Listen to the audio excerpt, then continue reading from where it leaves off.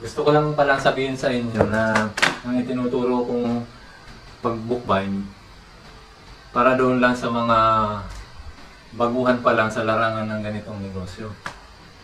Meron kasi nag-comment sa akin na masyado raw basic yung itinuturo ko kasi high-tech na daw ngayon. May mga makinarya na madaling pang bookbind. Kasi daw may mga perfect binder na ginagamit. Yung kanila raw kasi hindi na mahirap kasi automatic na nalidikit at ma-assemble.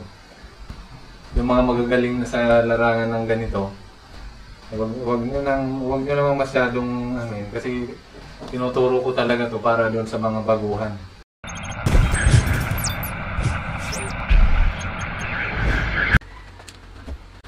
Okay, magandang araw. May nagtanong kasi sa akin kung paano raw gumawa ng hardbound na may plastic cover sa ibabaw.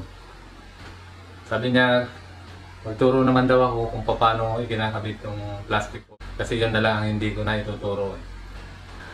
Kaya lang, gagawin natin yung mga lumang libro dito na tanggap namin na di na kinuha, babaklasin ko at lalagyan ko ng plastic. So, nandito nga pala tayo sa bahay ngayon kasi di pa tayo nakakakuha ng pwesto. Kaya yung mga gamit natin nandito sa bahay. Okay lang din naman kasi nakakatanggap pa rin naman kami ng mga gagawin kahit pa paano.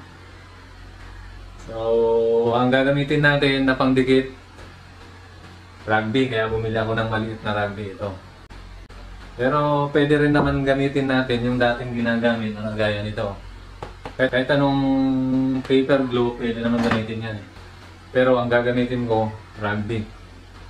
Ayan, umpisahan na natin para makita nyo na kung paano natin gagawin yung paggawa ng plastic cover sa bookbind. Madalian lang to. Okay, ayan, umpisahan na natin. Ito, tumabas na rin ako ng plastic na gagamitin natin. Tapos, ito pala, dating nakabookbind na to, binaklas ko na lang para dito sa paglagay ng plastic. So, ito ang gagamitin natin. So, ito, kakamayin ko na to. Manipis lang ang paglagay. Mas maganda kung may panghagod kayo dito na yung pangpanipis ganyan. Pero pwede ng daliri, isa lang naman din eh. Bahala na kayong gumawa kung paano nyo i-discard yan. Pero ang paglagay manipis lang. Dito sa gilid. Gilid lang naman ang importante niya eh.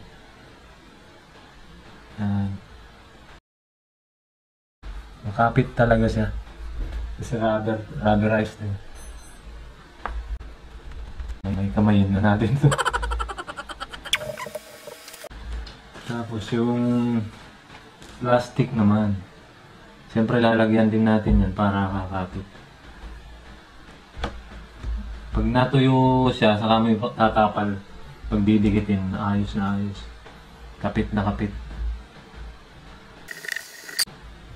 Ito, sinortcut na lang natin kasi marami naman na akong na-upload na nag-uumpisa tayo sa umpisang-umpisa, yung pagtatahi saka pagdikit.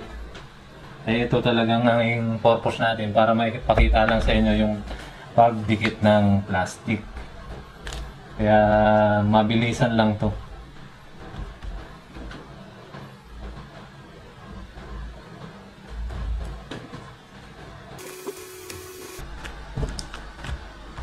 Madali ko lang kaya pero ganyan lang ang proseso.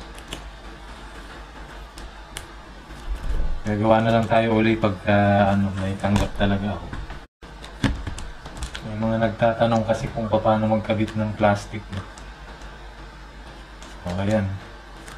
Ayan lang. Pero gusto ko lang sabihin sa inyo na ang nilalagyan ng plastic, yung ordinaryong cover.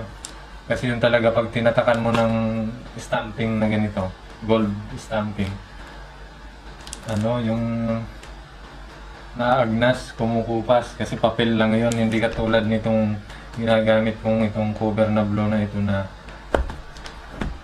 maganda, parang feather talaga. Ito kasi yung pagkakaiba ng ordinary saka yung leather na ito yung tinatawag na buffalo. Pero ito kasi hindi ko alam, wala atang brand name to eh. papel lang, ordinary, tapos may kulay lang. Kaya ito talaga ang kailangan lagyan ng cover. Tingnan mo kung nasa actual na ano nyo, yung personal nyo mahawakan to, iba ang texture talaga kasi papel na papel lang kumpara dito. Yan o, parang leather. Saka yung rubberized ang dating. Kaya hindi na namin kinukuberan ng plastic to eh. Pero ito kailangan mo talaga kasi pag tinatakan mo ng gold dyan at na hawak-hawakan ng, siyempre lagi mong binubuklat-buklat yan, maaagnas talaga yung tatak. Kaya kailangan mong lagyan ng plastic. Yan ang mga nilalagyan. Pero mura ito, kaya makakatipid kayo kung yung customer nyo, yung nagpapagawa gusto ng may plastic, dito na lang gamitin yung mas mura ito eh. Kumpara sa ganito.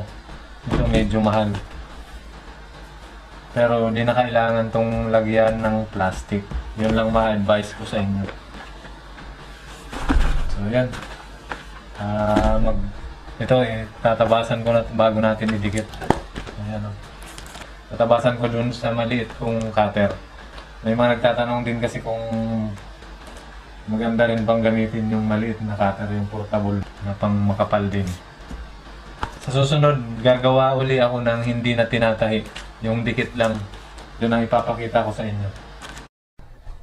At gamitin muna natin ang ating naka-stock na portable cutter.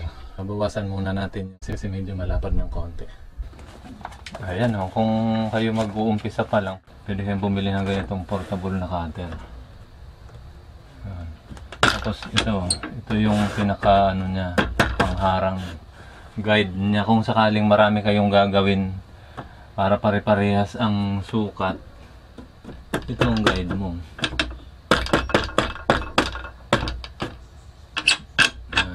Higpitan na lang ng ganyan. Kung kahit lapat ka, lapat dito. Ganyan, no? Fix na yan dyan na ano, yung para pare-parehas ang sukat ng size ng libro mo kung halimbawa marami ang gagawin. Tapos ito iikutin mo naman para maipit yung papel. Bababa yan. Maiipit siya ngayon. Para pag binaba na natin to, pag magtatabas na, hindi siya gagalaw. Hindi gagalaw itong papel.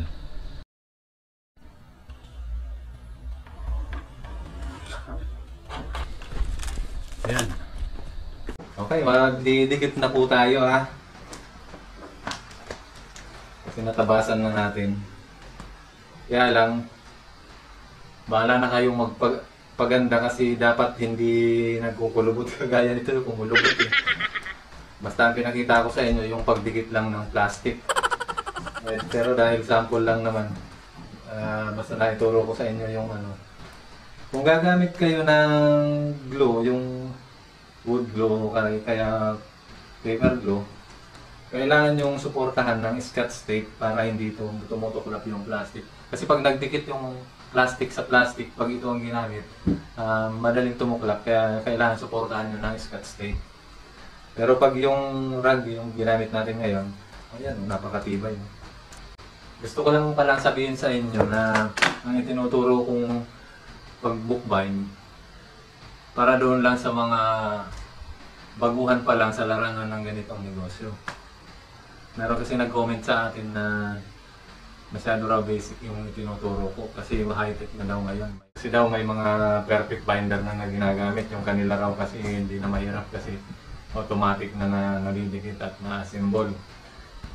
Yung mga magagaling sa larangan ng ganito, wag nyo naman masyadong ano yun, kasi tinuturo ko talaga to para doon sa mga baguhan. Siyempre yung mga baguhan kasi hindi pa naman kayang bumili ng mga makinang ganon na medyo mahal. Kaya yung wala pang kakayahan na bumili ng mga mahal na gamit, panoorin nyo lang muna yung mga video ko at may matututunan kayo doon. Ngayon kung nakaipon na kayo, pwede na kayong bumili ng bago. Ayan. So ayun, mag-umpisa na tayo magdikit.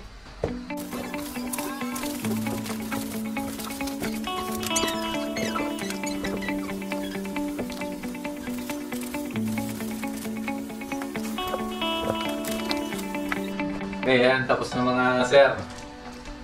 Ayan. Na may natutunan na naman tayo ngayon. Okay?